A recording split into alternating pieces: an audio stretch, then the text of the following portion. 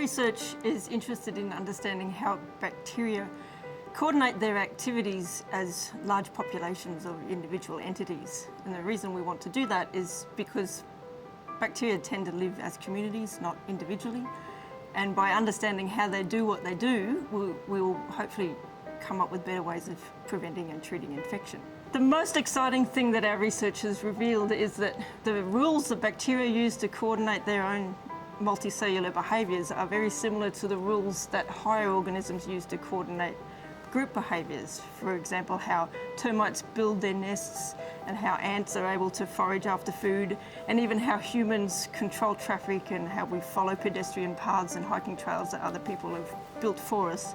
These are the same rules that the bacteria are using to coordinate their behaviours to create these amazingly complex self-organised communities. It's important that we know that because many bacteria use this behaviour to be able to migrate across surfaces to actually spread infections. If we can understand how the bacteria are coordinating their behaviours, maybe we can actually then impose our own will on the bacteria so that we can stop that behaviour. This is really important in this day and age because we're entering a global crisis of antibiotic resistance, and it's really imperative that we understand how bacteria cause infection. And by understanding the basics of how they do that, we may be able to come up with new and novel ideas as to how to prevent and treat infections, either by creating new antibiotics or preferably even by using non-antibiotic approaches. The data arena has helped with our research in that it's been able to provide us with a real powerful visual tool to be able to interact with our data in a way that we haven't currently been able to do so. So what we're currently doing is developing a pipeline to convert our visual data, the movies that I've been making in the lab,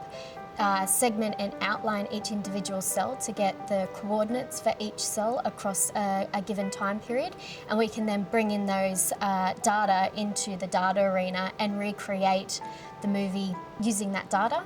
And from that we can then start looking at in a lot more detail the quantitative behaviour of the cells in a way that we haven't been able to do so before. So for us that's really powerful in giving us a better understanding of how the bacteria can coordinate together and act as a cohesive entity. My role at UTS is to actually run a very high-end microscope, what's called a super resolution microscope,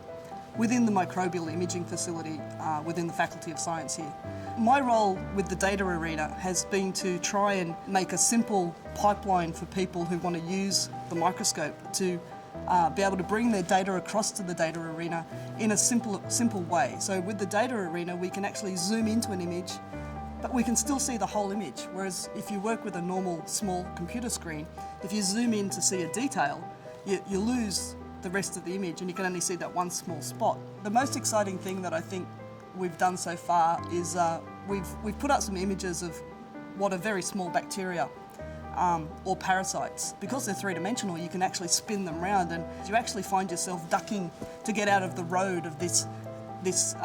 thing that you know is smaller than the width of your hair, but it looks the size of, you know, a couple of human beings. So on the screen you can see a pig lung cell, and this pig lung cell has been infected with a very small bacteria. We can actually see the topography of the pig cell itself, so it looks like hills and valleys, and we can see where the bacteria are sort of preferring to interact with that cell. With tools like the data arena